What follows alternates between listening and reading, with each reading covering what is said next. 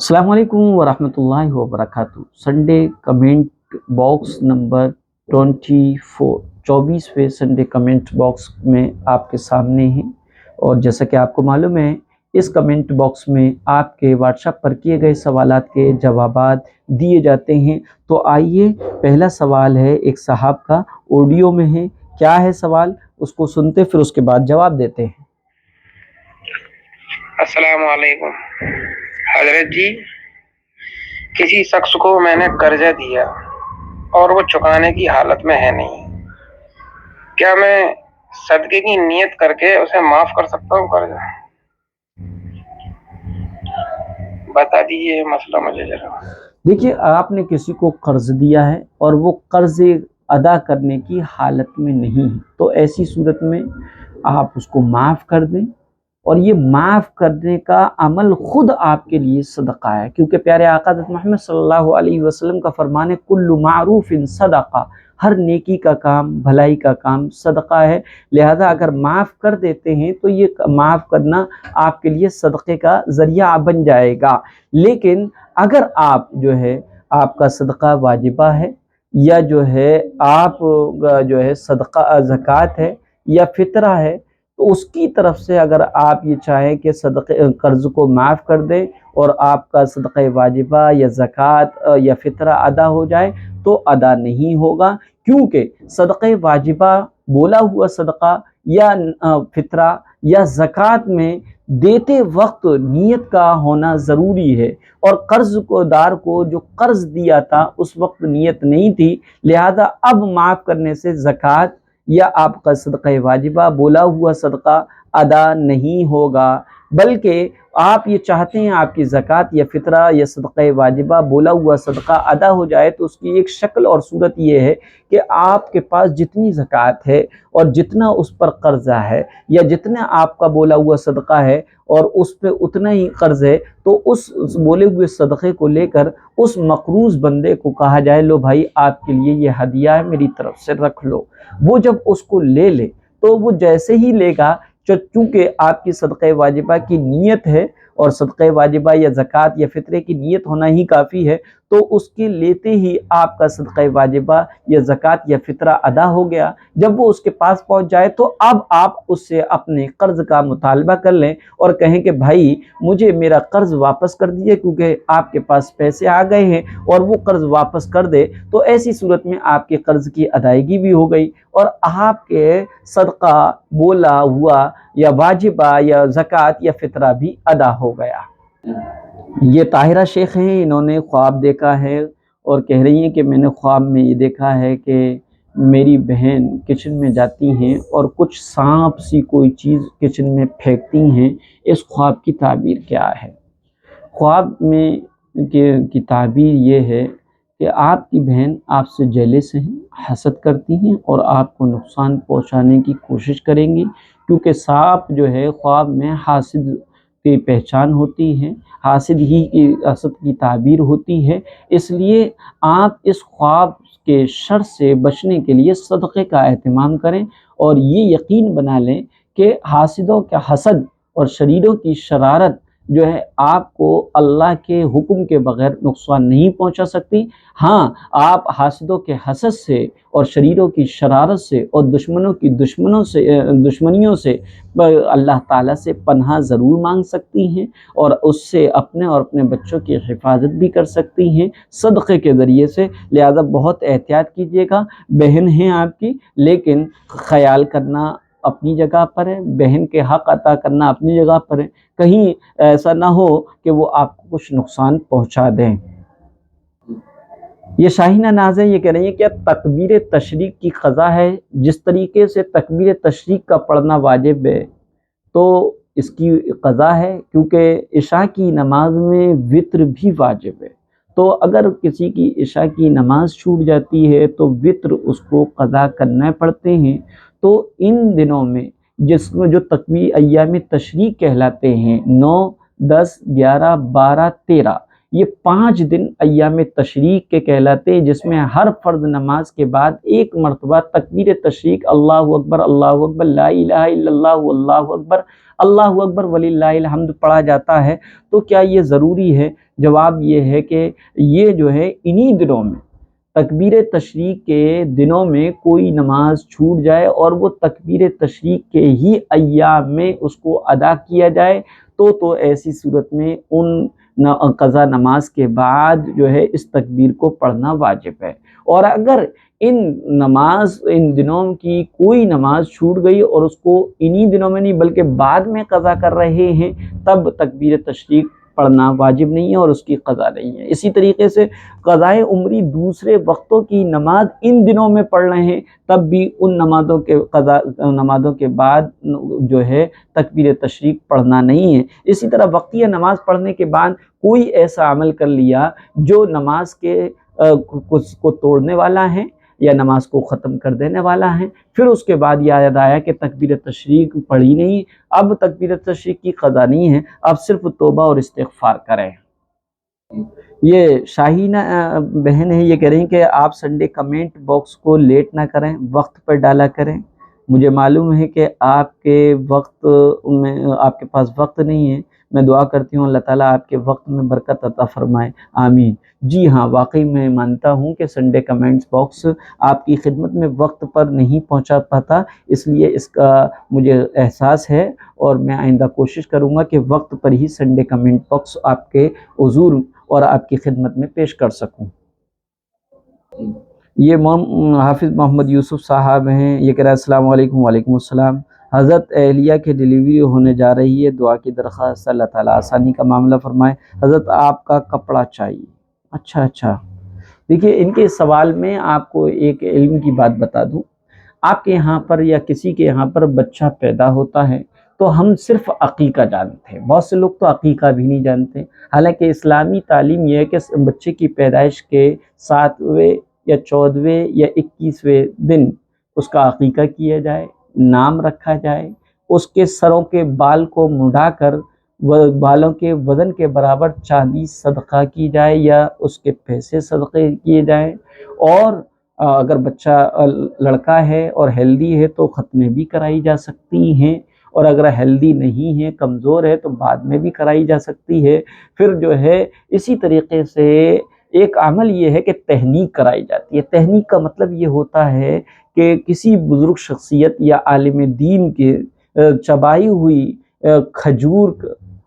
کا لعاب یا وہ کھجور جو ہے بچے کے تالو اور حلق میں لگا دیا جائے۔ اس کا فائدہ یہ ہوتا ہے کہ اس بزرگ شخصیت اور عالم کی جو خوبیاں ہیں اور اس کے لعاب کے ذریعے سے اس بچے کے اندر بھی اللہ تعالیٰ وہی خوبیاں پیدا فرما دے گا۔ اسی طریقے سے ایک طریقہ اور ہے جس کو عام طور پہ لوگ نہیں جانتے۔ بچہ جب پیدا ہوتا ہے تو یقیناً ہم اور آپ جانتے ہیں کہ وہ ننگا ہوتا ہے، اس پہ کوئی کپڑا نہیں ہوتا اور فوراً اس کو کپڑے میں لیا جاتا ہے، اور جیسے ہی وہ پیدا ہوتا ہے تو بعض نرسیں تو اس کو نہلا دیتی ہیں اور یا بعض ٹاول سے صرف پہنچ دیتے ہیں۔ بہتر یہ کہ بچے کو نہلایا جائے کیونکہ غلاظت میں بچہ ہوتا ہے، لیکن اگر ٹاول سے پہنچ دینا بہت عام سی بات ہے، اب نہلاتے بہت ہی کم لوگ ہیں، لیکن نہلا لینا بہت اچھی بات ہے۔ اگر اس کو ٹاول سے پہنچ دیا جائے، یعنی بچے کو نہلایا ہو یا نہ ہو، دونوں ہی صورتوں میں بچے کو فوراً ہاتھ میں لے تو سب سے پہلی کوشش یہ ہو کہ بچے کے داہنے کان میں، رائٹ جو کان ہے اس میں اذان کہی جائے، لیفٹ میں تکبیر کہی جائے۔ یہ جو ہے یہ بھی مسنون عمل ہے۔ اسی طریقے سے اس کو کسی بزرگ یا عالم شخصیت کے لباس میں جو ان کا استعمال کیا ہوا ہو، پہنا ہوا ہو، اس میں اس بچے کو لیا جائے، یا کسی بزرگ یا عالم شخصیت کے کرتے کو لے کر اس میں سے ایک کرتا یا کوئی ایسا کپڑا سل لیا جائے جس کو بچے کے بدن کو پر پہنایا جا سکے۔ اس سے بھی جو ہے بچے کے اندر نیکی اور اچھائیاں اور خوبیاں آنے کا امکان ہوتا ہے، اور یہ بھی بزرگان دین کا عمل رہا ہے۔ یہ شمع ملک ہیں، یہ کہہ رہی ہیں السلام علیکم ورحمۃ اللہ وبرکاتہ، خیریت سے ہیں؟ وعلیکم السلام ورحمۃ اللہ وبرکاتہ، جی ہاں الحمدللہ میں خیریت سے ہوں۔ جی مفتی صاحب میرا ایک سوال ہے، اگر ہمارے دوپٹے میں اتنا بڑا چھید ہے جس میں فنگر چلی جائے، یا اتنا بڑا چھید ہے جتنا 1 روپے کا سکہ ہوتا ہے، تو کیا ایسے دوپٹے کو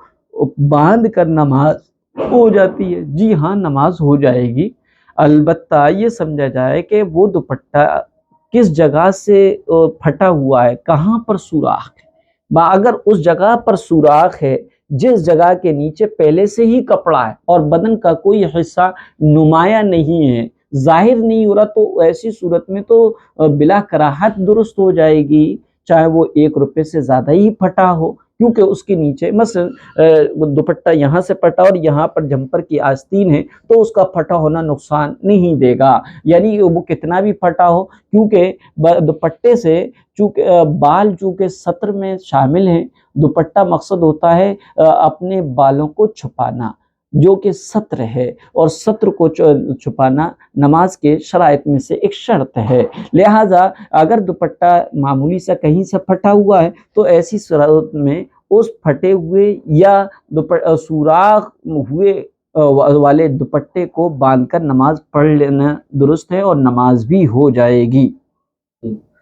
یہ کہہ رہی ہیں میرا دوسرا سوال ہے مفتی صاحب، بہت ہی امپورٹنٹ ہے، جس میں بہت کنفیوز ہوں،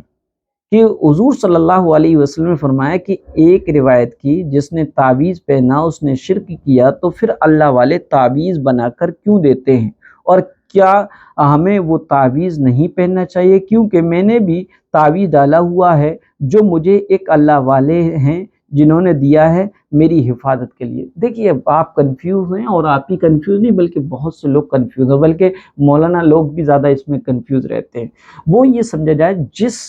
تعویذ کے بارے میں اللہ کے رسول نے منع کیا،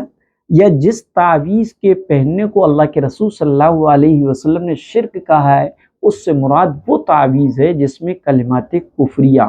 اس میں ایسے منتر ہوں یا ایسی زبان استعمال کی گئی ہو جو کفریہ ہو، ایسے کلمات والے تعویذ جس میں کفریہ الفاظ ہوں یا غیر اللہ سے مدد مانگی گئی ہو، وہ تعویذ کا پہننا شرک ہے، اور اسی کو اللہ کے رسول صلی اللہ علیہ وسلم نے شرک کہا ہے، حرام کہا ہے۔ اور وہ تعویذات جو جس کے اندر 3 شرطیں ہوں، یعنی جائز مقصد کے لیے ہو، اور تعویذ کے اندر قرآن کریم کی آیت یا صورت ہو، یا کوئی اللہ کا نام ہو، یا اللہ کے صفاتی ناموں میں سے کوئی نام ہو، کوئی ذکر ہو، کوئی دعا ہو، حدیث میں آئی ہوئی کوئی دعا لکھی گئی ہو، یا اور تیسرا یہ کہ تعویذ پہننے والا اور تعویذ دینے والا دونوں ہی اس کو ایک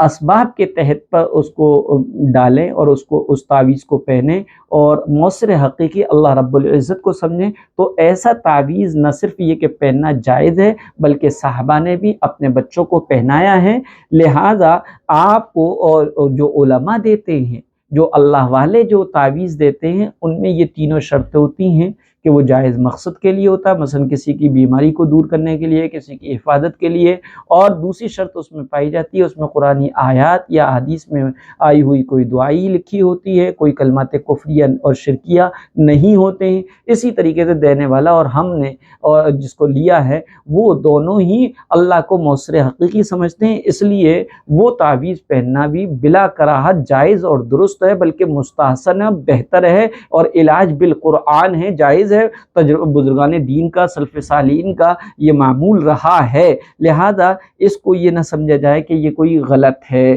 بلکہ صحیح ہے۔ تو پتہ چلا کہ تعویذ میں کہ حرام اور ناجائز اور شرک ہونے میں کی جو ریزن ہے، جو وجہ ہے، وہ کلمات کفریہ اور شرکیہ ہیں۔ جی یہ ہے مہک خان، یہ کہہ رہی ہیں مفتی صاحب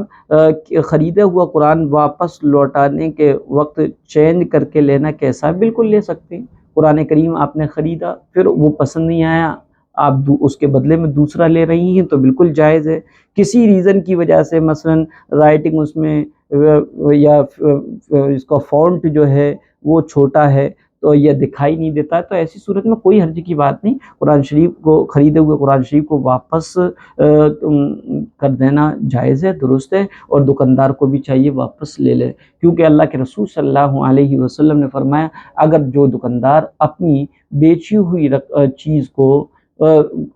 گراہک کے واپس کرنے پر اگر وہ واپس کر لیتا ہے تو اس کے اس عمل پر جنت میں اس کے لیے محل بنا دیا جاتا ہے، لہذا واپس کیا جا سکتا ہے، کوئی حرج کی بات نہیں ہے۔ یہ کنیز زینب ہیں، یہ کہہ رہی ہیں السلام علیکم مفتی صاحب،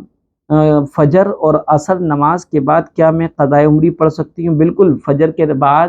سورج نکلنے سے پہلے تک اور عصر کے بعد مغرب کی اذان تک قضائے عمری کی نمازیں پڑھی جا سکتی ہیں، نفل اور سنت منع ہیں، قضائے عمری پڑھ سکتے ہیں۔ یہ پروین اختر ہیں، یہ کہہ رہی ہیں مفتی صاحب السلام علیکم۔ وعلیکم السلام، کیا LLB کرنا بھی حرام ہے یا ایم اے کر کے کسی پرائیویٹ اسکول میں پڑھنا ٹھیک ہے؟ مفتی صاحب کچھ تو کرنا ہے، پڑھے گا، زندگی کیسے بیتے گی میری بنا کمائے؟ میری سمجھ میں کچھ نہیں آ رہا ہے، کیا کروں، کیسے لائق بنوں؟ تو دیکھیے گا، اگر آپ LLB کرنا چاہتی ہیں تو وکالت کا پیشہ کرنا بھی جائز ہے، البتہ وکالت LLB کرنے کے بعد آپ پر شریعتاً کچھ ذمہ داریاں عائد ہیں کہ آپ جھوٹ، فریب اور رشوت کے میں ملوث نہ ہوں، اسی طریقے سے ناحق اور جھوٹے کیس کو نہ لڑیں۔ LLB کرنا درست ہے، جائز ہے، جو لوگ حرام کہتے ہیں وہ غلط ہے۔ اسی طریقے سے MA کر کے کسی پرائیویٹ اسکول میں آپ ٹیچنگ کرنا چاہتی ہیں، پڑھانا چاہتی ہیں، یہ بھی بہت اچھی بات ہے، بہت اچھی خدمت ہے۔ Teaching life is very best life, یعنی پڑھانے بہت اچھا ہے، آپ ٹیچنگ بھی کر سکتی ہیں۔ یہ کہہ رہی ہیں شیخ ناگور بھی بہن، یہ کہہ رہے ہیں السلام علیکم مفتی صاحب جی، آپ خیریت سے ہیں؟ وعلیکم السلام ورحمۃ اللہ وبرکاتہ، جی ہاں میں خیریت سے ہوں۔ کل ہم نے قربانی کیا تھا ماشاءاللہ، ہم نے ہمارے حصے میں جو گوشت آیا تھا فریج میں محفوظ کر لیا تھا، میری فریج میں کچھ لائٹ نہ آنے کی وجہ سے گوشت سے بدبو آ رہی ہے، تو ہمیں وہ گوشت کو کیا کرے، بغیر استعمال کے پھینک دیا ہے، تو کیا کوئی گناہ تو نہیں ہوگا؟ جی کوئی گناہ نہیں ہے، اور اس کو پھینکنا نہیں چاہیے، گاڑ دینا چاہیے، اور کوئی گناہ نہیں ہوگا، کیونکہ قربانی کا گوشت اگر سڑ جائے، بدبودار ہو جائے، تو ایسی صورت میں اس کو گاڑ دیا جائے، اور اس میں کوئی گناہ بھی نہیں ہے۔ یہ ببو حکیم ہیں، یہ کہہ رہے ہیں کہ مفتی صاحب کیا قربانی کا گوشت غیر مسلموں کو دیکھ سکتے ہیں؟ جی ہاں بالکل، قربانی کا گوشت غیر مسلموں کو دیا چل سکتا ہے، اس میں کوئی حرج کی بات نہیں ہے۔ نازیہ سیفی ہیں، یہ کہہ رہی ہیں السلام علیکم۔ وعلیکم السلام، انہوں نے ایک پوسٹ بھیجی ہے، اور یہ ہے جیسا مرد ہوگا اسے ویسی ہی عورت ملے گی۔ اس کو زوم کر کے دکھا دو بھائی، جو ہے یہ جو پوسٹ ہے، یہ اس میں لکھا ہے جیسا مرد ہوگا اسے ویسی ہی عورت ملے گی، یہ قرآن کہتا ہے۔ یہ اس کا کیا مطلب ہے؟ اگر میں گندا ہوں تو میری بیوی بھی مجھے گندی ملے گی، یا میری پاسٹ جو لائف ہے بہت گندی ہے، بہت گناہوں والی ہے، زنا والی ہے، تو کیا میری بیوی بھی ایسی ملے گی؟ یہ ہرگز مطلب نہیں ہے، جیسا کہ عام طور پر یہ لوگ مطلب سمجھ لیتے ہیں۔ یہ نیچر پر ڈیپینڈ ہے، یعنی نیچر اور فطرت بتائی گئی ہے کہ گندے لوگ گندگی کو پسند کرتے ہیں، اور اچھے لوگ اچھی چیز کو پسند کرتے ہیں، لہذا اس کو یہ نہ سمجھا جائے یہ کوئی رول ہے۔ اسی طریقے سے نازیہ سیفی بہن کا یہ سوال ہے، نماز قضا ہو جائے تو تکبیر تشریق بھی قضا نماز میں پڑھنی ہوگی قضا نماز کے بعد؟ ہاں، قضا نماز انہی دنوں میں ہوئی ہے، اور انہی دنوں کی قضا نماز ہوئی ہے، تو تکبیر تشریق ایام تشریق کی قضا نمازوں میں پڑھی جائے گی، جبکہ ایام تشریق میں اس کو قضا کیا جا رہا ہو۔ زینت شیخ بہنیں، یہ کہہ رہی ہیں کہ مفتی صاحب السلام علیکم۔ وعلیکم السلام، یہ سمجھ میں نہیں آیا، اس میں جو ہے 2 مرتبہ اللہ اکبر ہے، اور ویڈیو میں 3 مرتبہ ہے۔ انہوں نے ایک ویڈیو بھیجی ہے، کیا ہے ویڈیو دیکھیے گا۔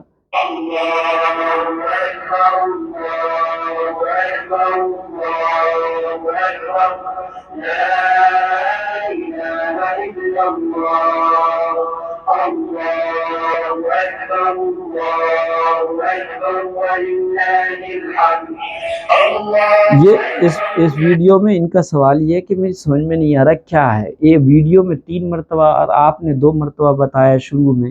تو تکبیرات تشریق اللہ اکبر اللہ اکبر، لا الہ الا اللہ اللہ اکبر وللہ الحمد، یعنی اس تکبیر تشریق کے شروع میں 2 مرتبہ اللہ اکبر ہے، پھر کلمہ تحلیل یعنی لا الہ الا اللہ کے بعد 2 بار اللہ اکبر ہے، یوں کل تکبیر تشریق میں 4 بار اللہ اکبر ہوا، اور ابتدا میں 3 بار اللہ اکبر کہنا درست نہیں ہے جو ویڈیو بھیجی ہے۔ کتب احادیث میں بعض روایات میں تکبیر تشریق کے شروع میں 3 مرتبہ اللہ اکبر پڑھنا بھی نقل کیا گیا ہے، لیکن تکبیرات تشریق کے دوسرے الفاظ بھی منقول ہیں، البتہ وہ روایات وہ احادیث جن کے شروع میں 2 بار اللہ اکبر منقول ہے ذکر کیا گیا ہے، احناف کے نزدیک راجح ہیں۔ حضرت عمر اور حضرت عبداللہ بن مسعود رضی اللہ تعالیٰ عنہما کا بھی عمل بھی اسی پر تھا، اس لیے احناف کے یہاں پر تکبیرات تشریق کی ابتدا میں 2 مرتبہ اللہ اکبر کہا جائے گا، اور پوری تکبیر تشریق یہ ہوگی اللہ اکبر لا الہ الا اللہ اکبر وللہ الحمد۔ یہ زینت شیخ ہیں، یہ کہہ رہی ہیں السلام علیکم مفتی صاحب۔ وعلیکم السلام۔ گردے کھانا سنت ہے یا کیا؟ جی گردے کھانا سنت نہیں ہے، ہاں البتہ ایک ضعیف روایت ہے موضوع درجے کی کہ اس میں بتایا گیا ہے کہ کلیجی کا کھانا سنت ہے۔